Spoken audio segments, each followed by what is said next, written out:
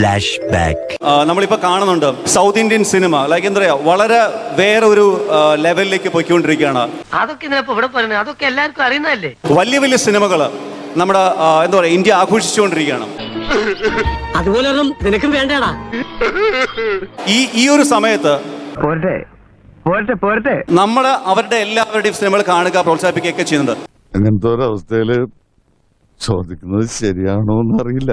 നമ്മുടെ സിനിമകളും ലോകം മൊത്തം കാണേണ്ട ഒരു സമയമായിട്ടില്ലേ? അല്ലേ അല്ല നിനക്ക് പറയാവോ? അതായത് ഈ ഒരു വിഷയത്തെ ജോയി എങ്ങനെയാണ് വിലയിരുത്തുന്നത്? മനസ്സിലായി. ഞാൻ ഇതിനു മുമ്പും പറഞ്ഞിട്ടുള്ളതാണ് 100% ഗ്യാരണ്ടി സർ ഉണ്ടാവും. നമ്മുടെ ബാഹുബലിയും KGF ഒക്കെ വരും. I think we are and we will and we should slowly move into all of us being part of this Indian film industry. We will get there. വന്നിരിക്കും. അങ്ങനെയാണെങ്കിൽ അങ്ങോട്ട് പോവും അവരുടെ മധ്യത്തിലേക്ക്. അക്കാര്യം ആലോചിക്കാനെങ്കിലും പറ്റുമോ? പക്ഷെ അതിനൊരാൾ മുന്നിട്ടിറങ്ങിയാൽ നടക്കും. ഈ ഷോർട്ട് നോട്ടീസിൽ ആര്? ഒന്ന് പറ. എന്നോട് ചോദിച്ചാൽ ഞാൻ ലിയോ എന്നേ പറയൂ. അവനെ കൊണ്ടൊന്നും പറ്റൂല സാറേ. End of flashback. പുലിയെ പിടിക്കണമെങ്കിൽ വേട്ടക്കാരൻ വേണം.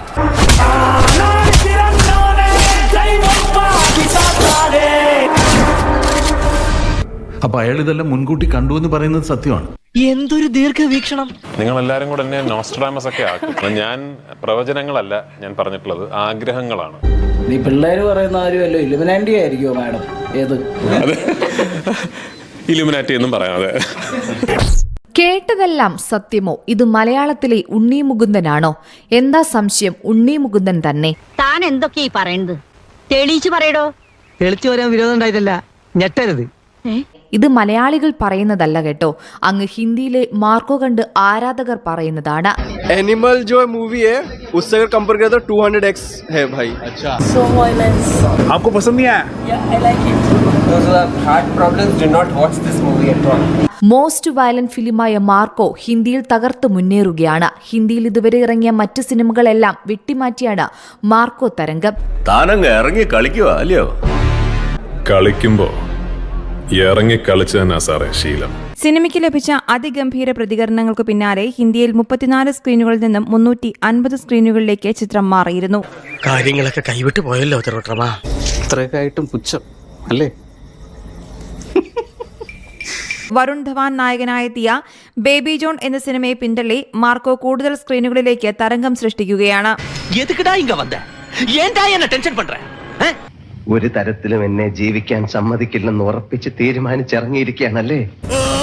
നിങ്ങൾ ഇത്ര വർഷം കൊണ്ട് കഷ്ടപ്പെട്ടുണ്ടാക്കിയത് ആരോ ഒരുത്തൻ ഒറ്റയടിക്ക് തകർത്ത് കളഞ്ഞ്. I understand. ഞാൻ വന്നപ്പോ മുതലെല്ലാ ചെന്നായ്കൾ എന്നെ കൂട്ടം കൂടി അടിക്കാൻ നോക്കാം. അവൻ ലാസ്റ്റ് എന്നോട് പറഞ്ഞ ഡയലോഗ്, ഇനി ഇവിടെ ഞാൻ മതി. നമുക്ക് എല്ലാവർക്കും കൂടെ ഉള്ളൊരു പണിയുടെ തുടക്കമാണ്.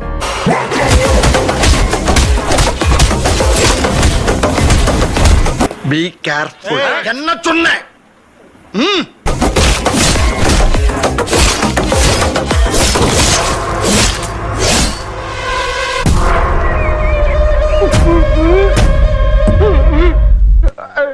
ഇതിപ്പോ മരമായിട്ട് അവന്റെ വരവ് നല്ല കാതലുള്ള മരം. ഇന്ത്യൻ സിനിമയിൽ തന്നെ ഈ വർഷമെത്തിയ ആക്ഷൻ ചിത്രങ്ങളിലൊന്നായ Kill lifetime collection 47 crore രൂപയായിരുന്നു. ഇതാണ് വെറും 5 ദിവസം കൊണ്ട് മാർക്കോ മറികടന്നത്.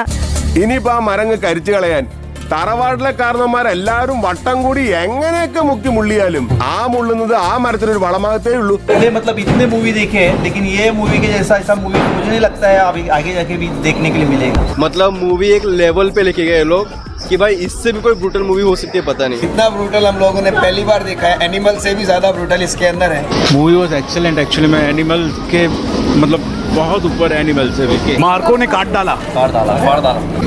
बहुत ब्रूटल जाती है और फॉरेस्ट वाला सीक्वेंस स्पाइसी.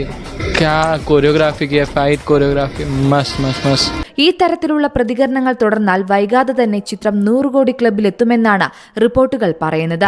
എന്തായാലും എനിക്കെന്തോ വല്ലാത്ത പ്രതീക്ഷ തോന്നുന്നു. നിന്റെ എല്ലാ ശ്രമങ്ങൾക്കും എന്റെ ഫുൾ സപ്പോർട്ട് ഉണ്ട് അളിയാ. നമുക്ക് പൊളിക്കണം. എനിക്ക് നിങ്ങളിൽ ഒരുപാട് പ്രതീക്ഷയുണ്ട്.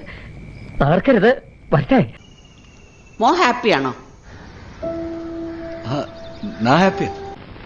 ഇപ്പോ അകത്തൊരു കുളിരുണ്ട്. ആ, അത് തന്നെയാ വേണ്ടേ. ഇനി അങ്ങോട്ടും ഒരുപാട് ഹിറ്റ് സിനിമകൾ ഞങ്ങൾ താങ്കളിൽ നിന്ന് പ്രതീക്ഷിക്കുന്നുണ്ട്. ഇനി അങ്ങോട്ടും ഹിറ്റുകളുടെ ഒരു പരമ്പര തന്നെ രചിക്കാൻ സാധിക്കട്ടെ.